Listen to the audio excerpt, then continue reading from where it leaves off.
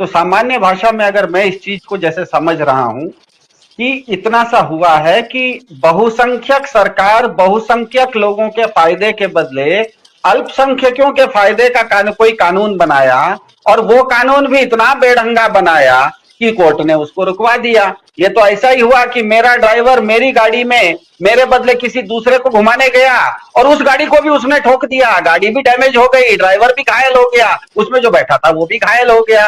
तो असल में हुआ यह है कि हमें ये पता है कि वक्फ के बहाने धार्मिक संपत्तियों पर कब्जा करने की एक साजिश थी, क्योंकि आर्थिक रूप से केंद्र सरकार काफी नाजुक स्थिति से गुजर रही है। जिसके पास भी कमाने का पैसा नहीं होता है वो अपनी पुरखों की जायदाद बेचना शुरू कर देता है। तो ये सरकार का कब्जा करने का एक योजना थी। कल क्योंकि इस देश में दलितों की भी धार्मिक संपत्ति है, जैनों की भी धार्मिक संपत्ति है, सिखों की धार्मिक संपत्ति है, बौद्धों की धार्मिक संपत्ति है, अनुसूचित जनजाति के लोगों की धार्मिक संपत्ति है, उच्च जातियों की भी, मेरे जैसे लोगों की भी, मेरे शंकराचार्य जी की भी तो कई धार्मिक संपत्ति है। कल को आप उसके ऊपर भी आके चढ़ जाइएगा तो हम क्यों इस चीज को माने।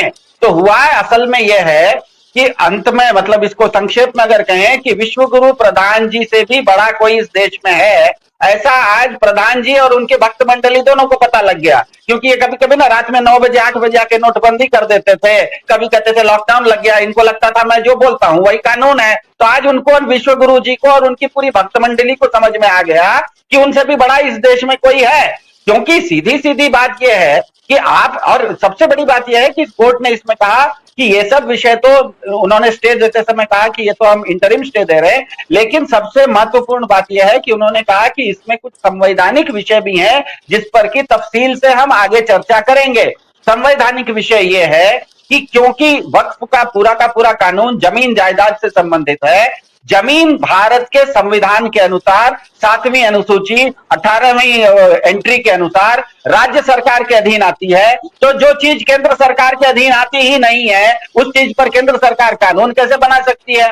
भाजपा क्या यह कह सकती है कि चीन में भाजपा की सरकार बन गई है? क्योंकि चीन में आपकी सरकार नहीं है, आप नहीं कह सकते कि चीन में भाजपा की सरकार है। आप वहीं पर सरकार बना सकते हैं जहां पर कि आपका अधिकार क्षेत्र है।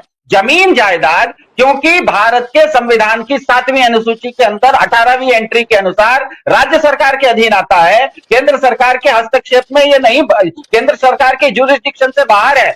इसीलिए सुप्रीम कोर्ट ने बहुत समझदारी से इसको कहा कि ये सब इंटरिम अंतरिम हम आपको रिलीफ दे रहे हैं, जिसके के बारे में आपने और याचिकाकर्ताओं ने तफसील से बता दिया। लेकिन सबसे अंतिम पॉइंट उन्होंने, सुप्रीम कोर्ट ने कहा कि इसके कॉन्स्टिट्यूशनल वैलिडिटी पर हम गंभीरता से आगे सुनवाई करेंगे।